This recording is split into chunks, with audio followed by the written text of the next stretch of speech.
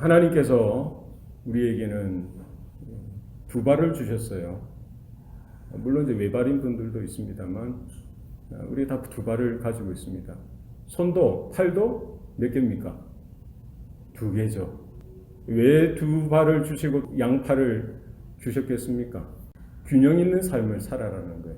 흔들리지 않고 넘어지지 않고 두 발로 다 서서 잘 서서 균형 있게 균형 잡히게 걸어다니고 활동도 하고 생활을 하도록 우리에게 두 발을 주셨던 것 같습니다. 자전거도 보면은 물론 외발 자전거도 있습니다만 자전거 바퀴가 보통 몇 개입니까? 두 개예요, 두 개. 균형이 필요하다는 거예요. 물론 이제 외발 자전거도 있죠. 그건 보통 언제 탑니까? 서커스 할 때 아주 넘어질 듯 하면서 아슬아슬하게 타기도 합니다만 우리에게는 두 개의 바퀴가 자전거에서는 필요합니다. 새들에게는 양날개를 주셨어요. 두 날개를 주셨어요. 높은 곳을 향하여 강한 바람도 이길 수 있도록 양날개, 두 날개를 주셨던 것을 볼 수가 있습니다. 너희들은 함께 가야 되는 거예요. 똑같은 이런 힘을 가지고 방향을 가지고 서야 되는 것입니다. 우리 신앙의 삶에 있어서도 이 두 가지가 필요합니다. 뭐 여러 가지가 있겠습니다만 특별히 빠지지 말아야 될 것, 말씀과 기도라는 것. 그래서 우리 성도의 건강한 신앙의 삶, 성도들의 교회의 행복한 신앙의 삶에 있어서 이 두 가지가 반드시 있어야 됩니다. 이는 선택 과목이 아니라 무슨 과목입니까? 필수 과목이에요. 필수 과목. 매 학기마다 이거는 선택할 수가 있는 게 아니라 성도라면, 하나님의 사람이라면, 주님의 몸된 교회라면 이 두 가지는 반드시 있어야 되는 거예요. 말씀과 기도가 있어야 돼요. 이 앞바퀴는 잘 돌아가는데 뒷바퀴가 뻑뻑거리면 됩니까? 안 됩니까? 제대로 갈 수 없어요. 앞바퀴는 저 멀리 가는데 뒷바퀴는 또 다른 데로 가서는 되는 게 아니잖아요. 같은 속도와 같은 방향성을 가지고 같은 이 속도감, 빨라지면 같이 빨라지는 거예요. 그렇죠? 이 방향이면 그 방향을 향해서 같이 가는 거예요. 거리도 똑같이 유지해야 되는 거예요. 둘 중에 하나가 뭐 더 앞서고 뒤서고가 아니라 똑같은 간격을 유지하면서 이렇게 가는 거예요. 우리 두 발, 양발도 마찬가지입니다. 오른발은 저쪽으로 하고 왼발은 또 이쪽으로 가고 그렇게 해서는 몸이 될 수가 없는 겁니다. 우리 신앙의 삶에 있어서 하나님의 말씀, 또 하나님을 향한 기도, 이 두 가지는 늘 언제나 같이 움직여야 되어지는 것이죠. 그래서 말씀의 충만을 받으시길 바랍니다. 말씀의 충만을 받으시는 것만큼 기도의 충만도 받으시길 바랍니다. 이 두 가지만 잘 되어 있다면 건강한 성도요, 능력 있는 교회요, 행복한 신앙의 삶을 이어나갈 수 있다는 사실을 여러분 반드시 꼭 기억하실 수 있기를 바랍니다. 너희가 내 말을 듣고 나 보내신 이를 믿는 자는 생명을 얻었고 심판에 이르지 아니하나니, 영생을 얻었고 심판에 이르지 아니하나니 사망에서 생명으로 옮겼느니라. 믿습니까? 주님께서 약속하신 말씀입니다. 주님의 말씀을 듣고 주님을 바라보고 주님 보내신 이 하나님 아버지를 향하여 믿는 믿음이 있는 자는 뭐를 얻습니까? 영생을 얻고요, 심판에 이르지 않는다고 주님께서 약속해 주셨습니다. 요한복음 3장 24절 그리고 25절 말씀에 내가 진실로 진실로 너희에게 이르노니 죽은 자들이 하나님의 아들의 음성을 듣는 때가 오나니 곧 이때가 그때니라. 언제라고요? 바로 이때가 하나님의 아들의 음성을 듣는 때라고 했습니다. 듣는 자는 살아나리라. 믿습니까? 우리가 하나님의 음성을, 주님의 말씀을, 복음을 들을 때에 우리의 믿음이 살아나고 우리의 신앙이 살아나고 우리의 사명이 회복되어지고 하나님 앞에서 바른 온전한 신앙의 삶을 살아드리게 될 줄로 믿습니다. 말씀이 경고에서는 우리의 삶이 되기를 축복합니다. 그리고 우리의 기도의 삶이 분명해야 되는 거예요. 말씀은 귀는 높아지고 머리는 커져가 그거 아니죠. 말씀을 들은 대로 살아드리고 순종하고 복종하고 말씀을 듣는 만큼 행하는 따라 살아가는 삶이 되어질 뿐만 아니라 뭐가 또 있어야 되는 거예요. 기도의 삶이 우리 가운데 그만큼 말씀을 하나 받았으면 기도도 하나, 말씀을 1시간 들었으면 기도도 1시간 할 수 있는 신앙의 삶이 될 수 있기를 바랍니다. 도전을 받아야 되죠. 도전을 받으셔야 돼요. 우리가 기도하는 삶, 기도의 은혜를 누리는 삶이 되셔야 할 것입니다. 제가 18년 전에 청년들을 데리고 이집트에 단기 선교를 갔던 적이 있어요. 카이로, 이제 이집트에 보면 한 중간쯤 되는 한 북쪽 지방쯤 되죠. 카이로 수도입니다. 거기서 한 대여섯 시간 밑으로 쭉 고속열차를 타고 내려오면 아슈트라는 지방이 있어요. 우리 그 아슈트라는 지방에서 사역을 했는데요. 이제 사역을 이제 거기서 하고 마치고 나서 카이로로 돌아가야 되는데 기차표를 사러 이제 팀 중에 몇 명을 보냈는데 그 차표소 직원이 표를 팝니까 안 팝니까? 안 파는 거예요. 못 팔겠다는 거예요. 분명히 있는데 안 판다는 거예요. 호텔에서 한 10명 되는 우리 팀원들이 우리가 할 수 있는 게 뭐가 있었을까요? 할 수 있는 게 없는 거예요. 뭐 했겠습니까?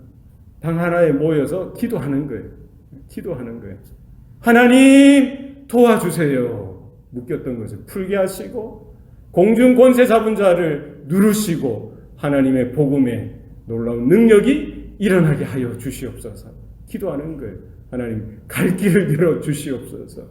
기도할 수밖에 없죠. 말이 통합니까? 뭐가 있습니까? 기도하는 거예요. 또 찬양하고 또 기도하고 찬양하고 나중에 알고 보니까 호텔의 주인의 아는 분이 함께 가서 다시 가서 이렇게 표를 그 숫자만큼 다시 사오게 되어졌던 것이죠. 선교 현장에 있어서 우리가 할 수 있는 것은 무엇입니까? 하나님을 향하여 하나님을 바라보고 믿음으로 기도하는 것, 그것이 선교인 줄로 믿습니다. 여러분 기도하셔야 돼요. 선교는 뭐다? 기도다. 여러분 믿습니까? 목회도 뭐다? 기도다. 안 되는 게 얼마나 많은지, 인간의 힘으로, 인간의 지혜로, 목회자의 능력으로 안 되는 게 숱하게 많습니다. 목회 현장이 그래요. 잘 되다가도 엎어지고 자빠지는 거예요. 목회고요. 우리의 신앙, 우리 성도들의 삶도 마찬가지죠. 잘 되는 것 같다가도 안 될 때가 있더라는 거예요. 여러분, 안 될 때 기도하시길 바랍니다. 흔들릴 때 기도하시길 바랍니다. 어려울 때 기도하시길 바랍니다. 너희는 이렇게 기도하라. 누가 가르쳐 주셨어요?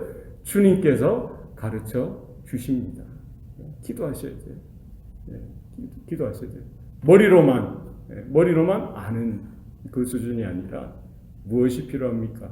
목사님, 나는 기도하는 법을 잘 알아요. 기도에 대한 지식이 있어요. 이것으로 부족합니다. 주님께서 가르쳐 주신 대로, 주님께서 하셨던 대로, 주님께서 이르신 대로, 이렇게 주님이 말씀하신 대로, 주님이 행하셨던 대로, 주님이 보여주신 대로, 주님이 가르쳐 주신 대로 여러분 기도하는 저와 여러분 되실 수 있기를 바랍니다. 환난 날에 내게 부르라. 내가 응답하겠고 내가 크고 비밀한 일을 너희에게 보이리라. 믿습니까? 이것은 하나님의 자녀라고 하면, 하나님의 백성이라고 하면, 성도들이라고 하면 하나님께서 약속하신 말씀이라는 거예요. 우리는 주님께서 명령하신 대로, 주님께서 약속하신 대로, 주님께서 일러주신 대로 그렇게 기도하는 저와 여러분 되실 수 있기를 바랍니다. 주님이 가르쳐 주신 기도를 우리가 일컬어 주기도문이라고 합니다. 그래서 예배가 시작할 때라든지 혹 이런 소그룹 모임이 끝날 때 그냥 주문 외우듯이 그냥 이렇게 주기도문 이렇게 때우듯이 하곤 할 때가 있습니다만 그렇게 해서는 안 됩니다. 주기도문을 외울 때에도 우리가 더 깊이 생각하고 묵상하고 한 단어 한 단어 한 구절 한 구절을 우리가 깊이 그 뜻을 새기면서 우리가 되뇌이시고 마음에 새기시고 입술로 내뱉으시고 고백하며 기도로 올릴 수 있기를 바랍니다. 그래서 우리의 기도가 어떤 기도가 가장 적합한 기도냐, 어떤 기도가 가장 좋은 기도냐, 내 나름대로 하는 기도가 아니라 주님께서 가르쳐 주신 대로 하는 기도가 바른 기도라는 거예요. 수많은 사람들이 사실은 기도합니다.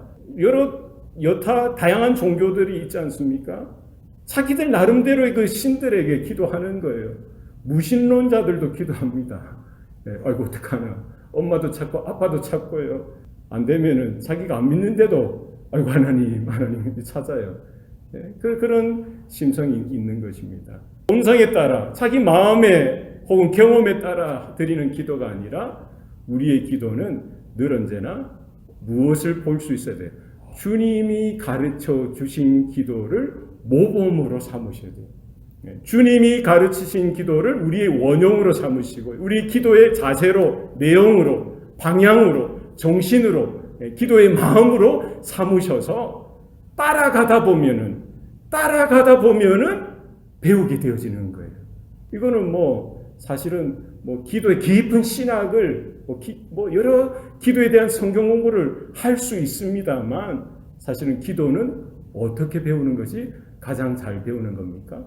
주님이 가르쳐 주신 기도면 충분한 거예요.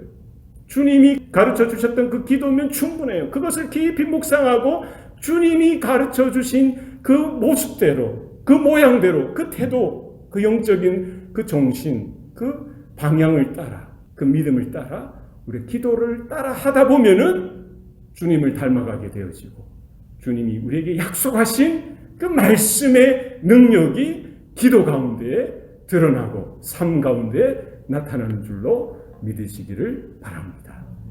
그래서 기도는 누가 가장 잘하는 사람입니까? 주님이 가르쳐 주신 그것을 붙들고 날마다 교회에서도 그렇고요, 집에서도 그렇고요, 여러분이 차를 타고 가다가도 그렇고요, 일을 하다가도 그렇고요, 꼭 선교 현장에 뿐만 아니라 선교 현장이 좋은 거는 뭡니까? 다른 것 일상적이지 않지 않습니까? 상황이. 이거는 하나님께만 집중해야 되는 시간이에요. 선교 현장 단기 선교를 가다 보면 장기 선교사들도 그렇겠지만 하나님께만 집중해야 될 시간이니까 하나님께만 집중하다 보니까 그게 기도가 되어지는 거예요.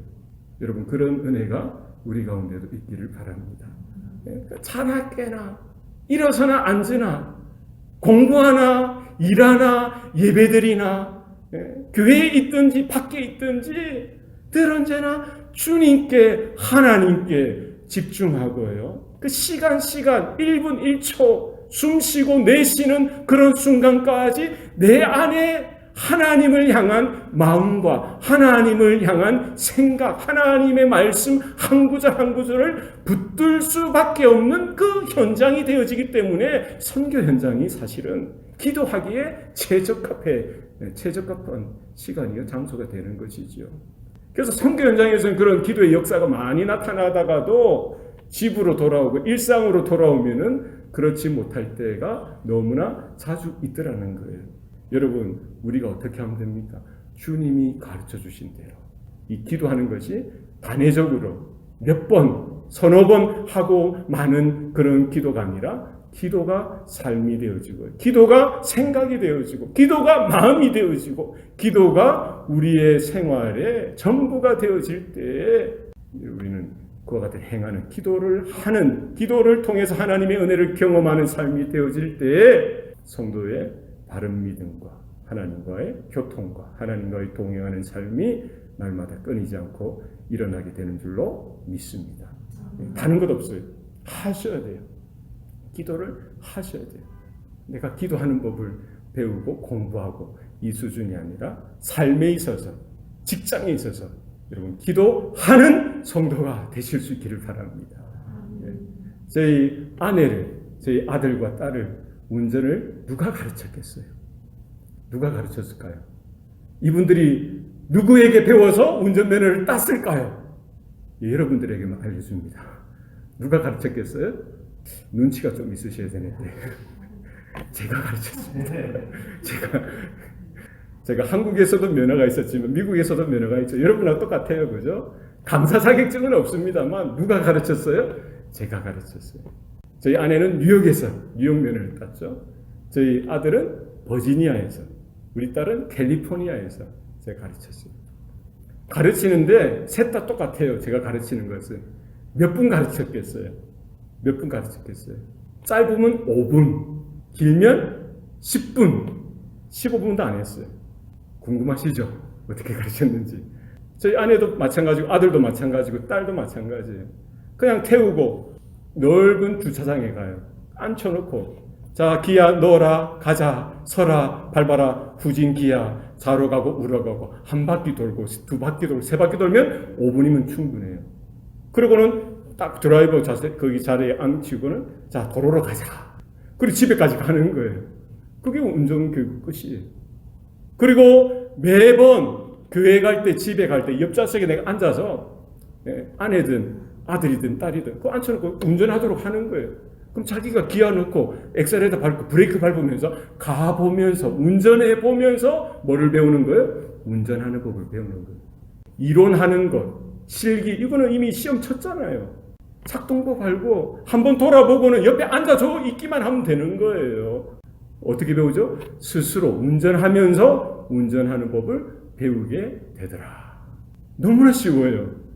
어떤 분들은 뭐 운전 가르치다가 부부싸움하고 그런다는데 저희는 그런 거 없었어요. 편안하게 아침에 교회 갈 때마다 새벽에 수요 예배 때 주일 때 갈 때마다 애들 학교 갈 때마다 앉아 가자. 그럼 옆에 앉아있으면 자기들이 알아서. 그럼 나는 앉아서 뭐만 해주면 돼요? 자 깜빡이 켜고 우회전 깜빡이 켜고 자 브레이크 밟은 준비하고 자 서서히 여러 번 나누어서 밟자. 자 악셀레터도 천천히 밟고 시작 출발. 잔소리만 옆에서 한 번씩 해주면 되는 거예요. 그럼 본인들이 하면서 운전하는 법을 스스로 터득하게 되더라. 여러분 기도하는 법에 대해서 주님께서 이미 오늘 읽었던 본문을 통해서 주기도문 몇 절 안 되잖아요. 이 말씀으로 충분합니다. 이거면 충분한 거예요. 그 외에 참고적인 구절들은 구약성경이든 신약성경이든 수많은 구절들에 대해서 어떻게 기도해야 되는지, 어떻게 기도의 응답이 있는지, 어떻게 기도의 능력이 나타나는지, 기도하는 자의 자세는 무엇인지, 정신은 무엇인지, 믿음은 무엇인지 나와 있죠. 그러나 주님께서 가르쳐 주신 그 기도 안에 모든 기도의 비밀과 신비와 기도에 대한 지식과 우리가 따라야 될 기도에 대한 내용이 담겨져 있다는 사실을 여러분 기억하실 수 있기를 바랍니다. 우리는 이미 다 받았어요. 이것 따라 뭘 하면 돼요? 매번 그 말씀을 붙들고 여러분이 기도의 자리에서 서서 기도하시면 돼요.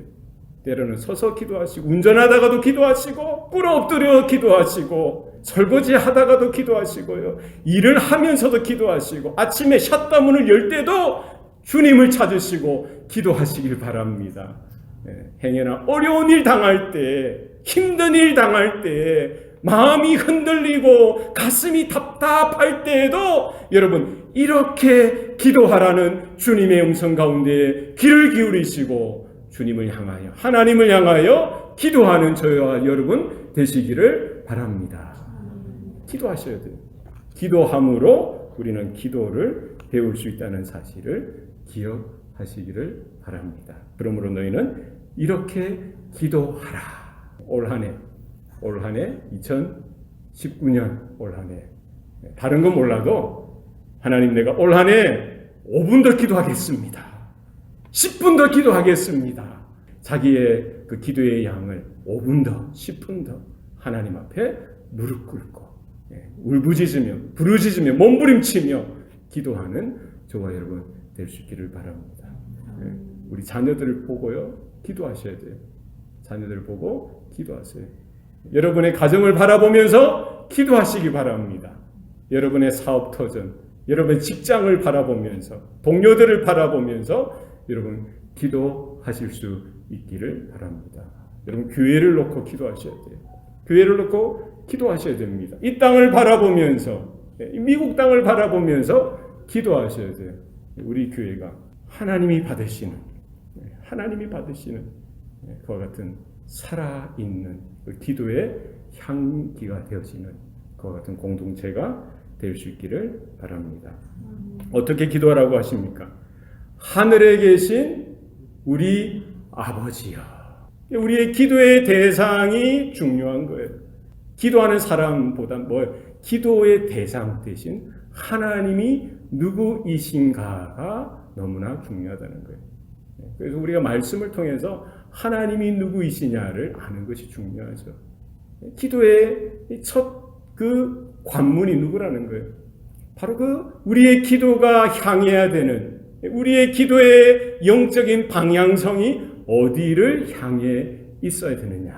어디라고 주님은 말씀하십니까? 하나님 아버지, 하늘에 계신 우리 아버지요. 창조주 되시고요, 전지전능하시고 무소부재하시고 편재하신, 어디든지 다 계시고요, 안 계신 곳이 없고 모르는 것이 없으시며 못할 일이 없으시고요, 무에서 유를 창조하시고요, 하나님의 영광이 하늘과 땅과 모든 피조 세계 가운데 나타내고 드러내게 하시고 모든 만물의 주관자 되시고 주인 되신 여호와 하나님 앞에 우리가 기도할 수 있다는 것, 이것이 최고의 은혜요 최고의 복인 줄로 믿습니다. 우리가 하나님 앞에 나아갈 수 있는 것, 하나님을 찾고 하나님을 만날 수 있는 것, 그것이 가장 큰 은혜라는 사실을 여러분 기억하셔야 합니다. 우리가 하나님 앞에 우리의 마음을 쏟아놓고 기도로 하나님 앞에 나아갈 수 있는 것, 기도 가운데 하나님을 만날 수 있는 것, 하나님의 임재 가운데 설 수 있는 것이 성도의 가장 큰 복 중에 복이 된다는 사실을 여러분 기억하실 수 있기를 바랍니다. 주님께서 이 하나님을 무엇이라고 소개하고 있습니까? 어떤 분이라고 소개하고 계세요? 하늘에 계시다는 거예요. 이 땅에 있는 피조물들과 다르다는 것이죠. 여기 하늘은, 유대인들에게 있어서 하늘은 이 3층 천을 이야기합니다. 세 가지 종류의 하늘이 있다는 거예요. 그렇다고 해서 하나님께서 그 단순한 그 하늘에 갇힌 존재라는 그런 의미가 아니죠. 땅에 비교해서 하늘이라고 이야기하는 것입니다. 인간의 유한함과 인간의 연약함을 뛰어넘는 초월적인 하나님의 전지하심과 전능하신 그 하나님의 영광, 하나님의 그 하나님 되심, 하나님의 보좌, 우리가 장차 나아가게 될 그 하나님의 나라를 향한 소망을 주님께서 이 기도를 통해서 보여주시고, 우리가 그 소망을, 그 믿음을, 그 은혜를 붙들고 기도할 것을 말씀해주고 있는 것이죠. 그래서 구약 성경에 있어서 하나님을 소개하고 하나님을 계시할 때는요, 아주 특별합니다. 하나님이 얼마나 거룩하시고 얼마나 두려운 분이시고 얼마나 우리가 범접하게 가까이 가기에 두렵고 떨린 그런 거룩하신, 영존하신 그와 같으신 분이신지, 그 하나님의 사람들이 경험한 그 하나님에 대해서 소개할 때 그렇다는 것이죠. 그래서 여호와 하나님은 스스로 계신 자, 여러 하나님의 명칭들을 소개하면서 하나님의 거룩하신, 하나님의 절대적인 속성들에 대해서 소개하고 있는 것이죠. 그러나 오늘 본문에는 예수님은 하나님을 무엇라고 소개하고 있습니까? 하나님이 어떤 분이 되신다고요? 하나님은 아버지가 되신다는 거예요. 구약 성경의 그 어디에도 하나님을 아버지라고 직접적으로 가르치며 소개하는 것이 없습니다. 이사야 선지자 정도는 이렇게 직접적으로도 소개 못하죠. 그냥 이스라엘 백성들을 가리켜서 그냥 하나님의 자녀들, 자식들이라고 소개할 정도죠. 예수님 정도가 되니까, 예수님이니까 하나님을 누구라고 감히 소개할 수가 있었던 거예요. 아버지라고 소개할 수 있는 거예요. 새 언약의 장본인 되시고요. 새 언약 자체 되시고 하나님의 그 새 언약을 온전히 성취하신 분이 되시기 때문에 하나님께서 구약의 모든 성경을 통해서 예언하신 오실 메시아 그리스도 기름 부음 받은 자 바로 하나님의 독생자 되시기 때문에 예수님께 그 제자들을 향하여 성도들을 향하여 하나님을 일컬어 뭐라고 소개하죠? 하늘에 계신 우리 아버지요. 할렐루야. 이게 복음인 줄로 믿으시길 바랍니다. 모세도 그렇게 불러보지 못했어요. 아브라함도 그렇게 불러보지 못했습니다. 요셉도 그렇게 불러보지 못했어요. 그렇게 신앙이 있는 자들도 그렇게 영적 깊은 경험이 있고 기적을 경험했던 그들도 하나님을 아버지라고 부를 수가 없었어요.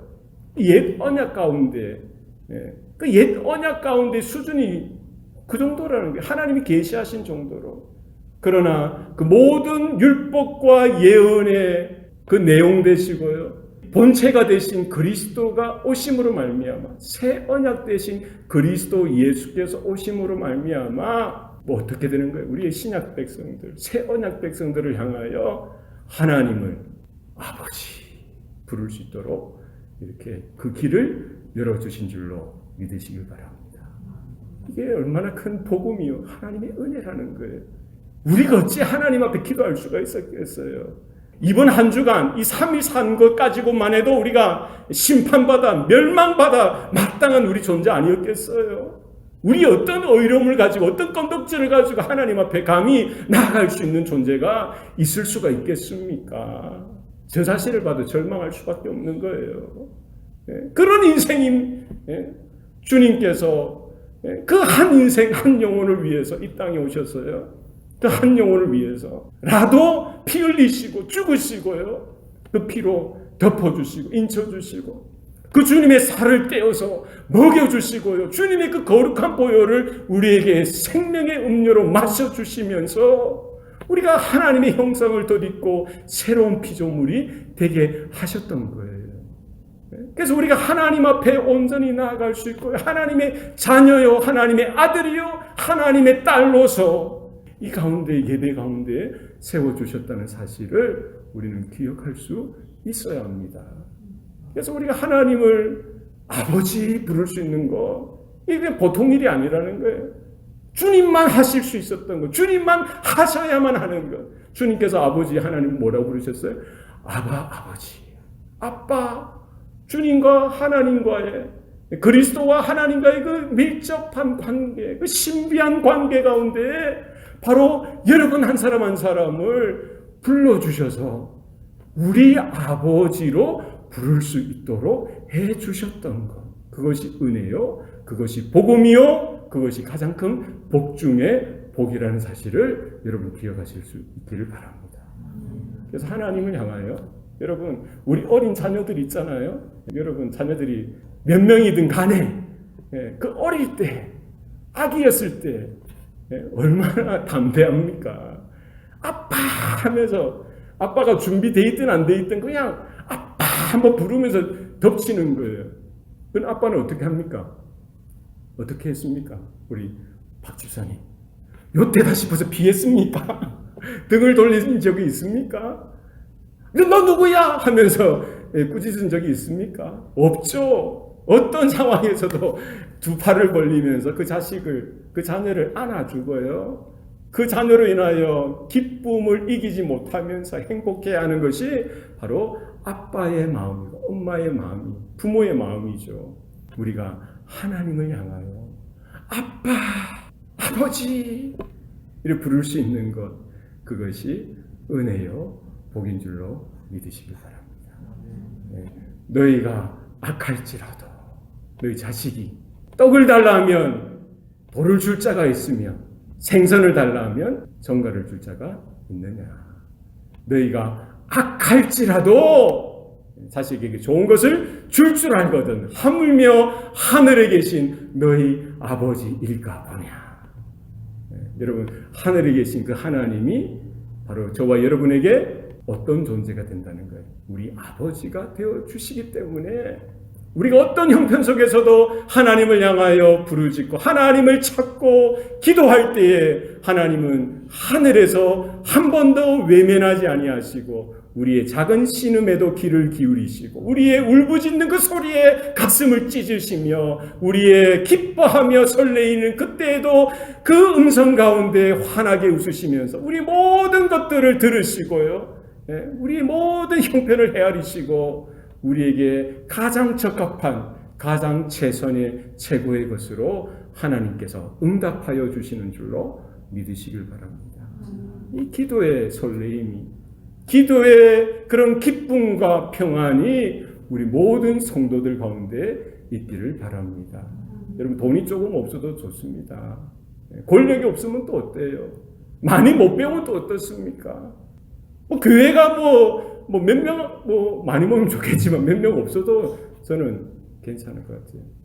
정말 나에게 기도의 은혜가 끊이지 않는다면, 우리 성도들 가운데, 우리 교회 가운데 기도의 능력이 끊어지지만 않는다면, 하나님이 기도의 은혜를 부어주시옵소서. 주님이 말씀하신 대로 이렇게 기도하는 교회요 성도가 되게 하여 주시옵소서.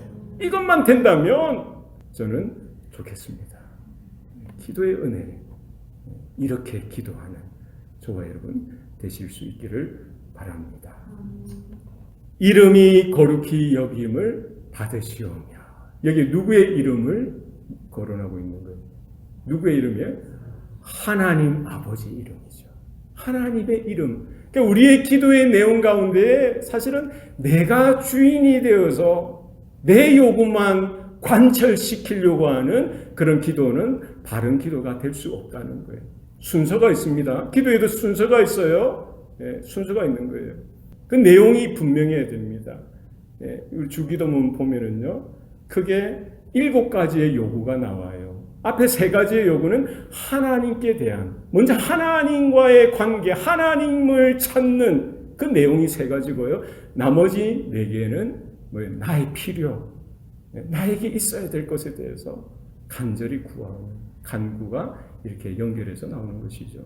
그래서 우리가 먼저 기도 가운데 찾아야 되는 것, 구해야 되는 것은 뭡니까?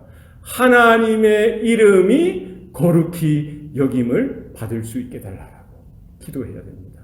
우리 자녀들이라면 아버지의 이름, 부모님의 이름, 부모님의 기쁨, 이것을 먼저 생각하는 것이 제대로 된 자식이죠.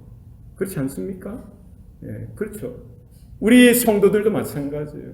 우리의 영의 아버지, 하나님의 이름을 높이는, 거룩히 여기고요, 영화롭게 여기는 그것이 우리의 삶의 주요한 목적이 되어져야 하는 것입니다. 그래서 여기 보면은 이름이 거룩히 여김을 받으시오며, 하나님의 이름이 불완전해서 어느 정도, 요 정도 거룩하기 때문에 더 거룩해 여김을 받게 해달라는 그런 의미가 아니라, 이미 하나님의 거룩함, 하나님의 이름의 거룩함은 우리가 기도하든 안 하든 하나님은 영원하신 분입니다. 하나님은 우리가 거론하든지 거론하지 않든지 하나님의 거룩성, 하나님의 하나님 되심은 이미 영원하시고 무궁하시고요, 헤아릴 수 없는, 우리가 깨달을 수 없는 그런 크기와 사이즈만큼 하나님의 그 영원한 속성, 그 은혜와 거룩히 여김, 그거는 이미 다 완성돼 충만한 거예요. 그러나 우리들로 하여금, 자녀된 우리들로 하여금 하나님의 거룩함 가운데, 하나님의 영광 가운데, 하나님의 은혜 가운데, 하나님의 영원한 그 하나님 되심 가운데 우리를 초청해 주시고요, 하나님의 그 기쁨에 참여하도록 불러주신 것이 은혜요, 우리에게는 복이라는 사실을 우리는 기억하실 수 있어야 합니다.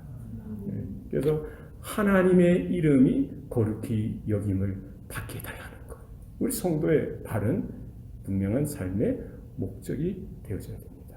우리 10계명에 있어서도 1계명에서 4계명, 특별히 1계명과 3계명은 하나님의 하나님 되심, 유일하신 하나님, 하나님의 이름이 망령되이 여기지 않도록 하나님께서 이미 정해 주신 법도라는 거예요. 영적인 진리라는 것입니다.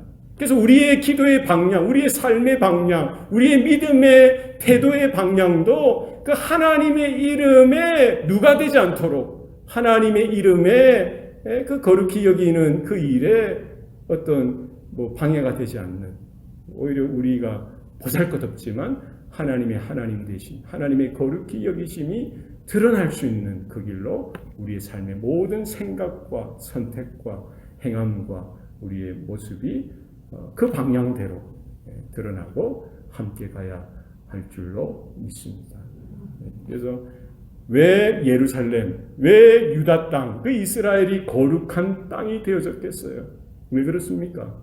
왜 그 땅이 거룩한 땅입니까? 지금도 주님이 오시고 나서 2000년이 헐 지났는데도 지금도 성지순례를 가지 않습니까?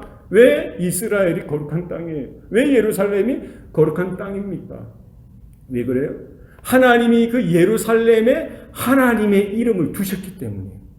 내 이름을 이 땅 가운데 두리라. 주님께서 약속해 주셨죠. 하나님의 이름이 머무는 그 땅이기 때문에 그곳이 거룩한 땅이 되어졌던 거예요. 왜 이스라엘이 성민입니까? 하나님의 이름으로 그들을 불러주셨기 때문에, 그들 가운데 하나님의 이름을 허락해 주셨기 때문에 그들이 뭐예요? 선민이요, 성민이요. 선택받은 백성이요, 거룩한 백성, 거룩한 민족이 되어졌던 거예요. 너희는 택한 족속이요, 왕같은 제사장이요, 거룩한 나라요, 그 다음에 그의 소유된 백성이니 이는 너희를 그 어두운 데서 불러내어 그 기이한 빛에 들어가신 이의 아름다운 덕을 선전하게 하려 함이니라. 할렐루야.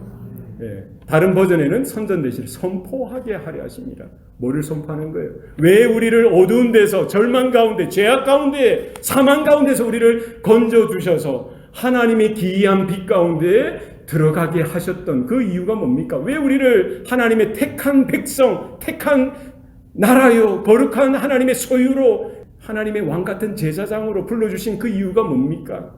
뭐 때문에? 우리를 어두운 데서 빛 가운데로 불러내신 그분의 아름다운 덕을 선전하고 선포하도록 하기 위함이라는 거예요. 바로 그것이 이스라엘을 이스라엘로 불러주신 이유고요. 바로 그것이 예수 그리스도의 피로 값주고 한 영혼 한 영혼을 구원하여 주님의 몸된 교회로 이렇게 지어가게 하시고 또 이렇게 세워주신 이유인 줄로 믿으시길 바랍니다. 그래서 우리가 주님의 이름을 거룩히 여김을 이렇게 하게 해달라는 것, 그것이 우리의 삶의 분명한 목적이 되어지고 우리 교회의 분명한 목적이 되어지는데 이것이 어떻게 가능하냐는 거예요. 어떻게 가능하다고 베드로전서 2장 9절에서 말씀하고 있었습니까? 바로 하나님께서 불러주신 그 제사장으로서, 하나님의 택한 족속으로서, 하나님의 소유로서 하나님이 어떤 분이신지, 하나님의 그 아름다운 덕이 무엇인지, 하나님의 영광이 무엇인지, 하나님의 은혜가 무엇인지, 하나님의 하나님 되심이 무엇인지 우리가 선전하고 선포하고 증거하고 가르치고 나타날 때에 하나님의 이름이 이 땅 가운데 거룩히 여김을 받으시고요, 주님의 그 몸된 교회를 통해서 온전하게 드러나게 되어지는 것, 그것이 하나님의 그 비밀이요, 신비요, 우리의 부르심이요, 우리에게 맡겨주신 분명한 사명이 되어진다는 사실을 여러분 기억하실 수 있기를 바랍니다. 그래서 우리의 기도가 그냥 물론 처음에는 주시옵소서, 주시옵소서 이 정도로 시작하셨어요. 처음부터 뭐 운전할 때 폼 잡고 뭐 이렇게 막 편안하게, 지금 운전할 때 다 그렇지 않습니까? 내가 가든지 서는지 생각하면서 하는 거 아니잖아요. 거의 뭐 차와 내가 한 몸이 된 것처럼 이렇게 운전하지 않습니까? 그렇게 하죠 다. 그러나 처음에 할 때는 어떻게 달달달달 5마일 10마일인데도 얼마나 떨리는지, 그때는 그런 거예요. 초보 때는. 우리가 처음 신앙생활하고 기도할 때는 그럴 수 있어요. 하나님 앞에 달라 주세요 좀 주세요. 그런 기도도 좋은 기도입니다. 하나님을 찾고 하나님을 생각하고 하나님을 믿고 주님을 의지하고 무엇이든지 나의 필요를 주님 앞에 쏟아놓을 수 있다면, 주님만 생각하고 주님만 믿고 의지할 수 있다면 그 기도 좋은 기도예요. 그러나 그 기도의 수준이 세월이 지나고 시간이 지남에 따라 이 수준이 뭐를 닮아가야 되는 거예요? 주님이 가르쳐 주신 기도대로. 예. 내 수준의 기도, 내가 편한 기도가 아니라 어떤 기도까지 올라가야 되는 거예요? 주님이 가르쳐 주신 기도. 예. 주님이 뭐라고 가르쳐 주세요? 너희는 이렇게 기도하라. 하늘에 계신 하나님, 우리 아버지를 찾고 하나님의 이름이 거룩히 여김을 받는 그것을 사모하여 추구하며 기도하며, 이 기도의 내용이 달라지는 거예요. 수준이 높아지는 거예요. 그 자리까지 우리가 나아갈 수 있기를 바랍니다. 예. 제가 이제 유학할 때 토플 위해서 하나님 토플 점수 주세요. 이런 기도도 했어요. 그런 기도도 좋습니다. 답답한데 뭘 체면 차려요. 하나님 토플 점수 주세요. 우리 애들 보고도 그렇게 기도하자고 했어요. 이제 학교 입학이 결정되고 돈이 없으니까, 등록비가 없으니까 무슨 기도가 필요하겠어요? 어떻게 기도했겠어요? 하나님 돈 좀 주세요. 하나님 돈 좀 주세요. 하나님 공부할 수 있는 길 열어주세요. 내가 이 미국 땅에 사역하러 온 거 아니지 않습니까? 공부할 수 있는 길 열어주세요. 돈이 없으면 돈 좀 주세요. 하나님. 그렇게 기도했어요. 그러니까 하나님이 긴급한 기도에는 긴급하게 역사하시는 것을 제가 경험했습니다. 여러분, 체면이 중요한 게 아니라 여러분 필요에 따라 급할 때는 급하게, 강물에 떨어져 지금 떠내려가고 있는데 양반이라고 해서 거기 누구 없느냐 이렇게 외쳐서는 안 돼요. 살려주세요, 살려주세요. 울부짖으시고 급하게 체면이 어디 있습니까? 요점만 간단히 하셔서 기도하시기 바랍니다. 우리가 오늘 주님께서 가르쳐주신 기도대로 이렇게 기도하라. 우리가 지금까지 그러했고요. 오늘도 남은 생애 가운데 주님이 가르쳐주신 대로 기도하고 응답하고 경험하고 하나님의 복을 누리는 성도의 삶이 되시기를 축복합니다. 기도하시겠습니다. 살아계신 아버지 하나님, 오늘도 복을 주시니 감사합니다. 주님이 가르쳐주신 기도대로 우리도 그렇게 기도하는 삶이 되게 하여 주시옵소서. 모든 것 감사드리고 예수님 이름으로 기도합니다. 아멘.